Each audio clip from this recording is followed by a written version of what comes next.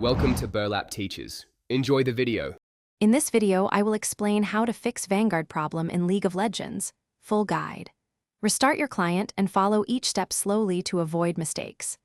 I will show how to check driver conflicts, run the game repair tool, and reinstall Vanguard safely without losing settings. Keep an eye on permissions and antivirus rules as we go, and test the game after each step to confirm the issue is fixed. Start by checking device drivers and the Vanguard services with a calm pace. Open Device Manager, update any unsigned or outdated drivers, and restart the PC if prompted. Then open services and confirm VGC and VGK are set to automatic and running.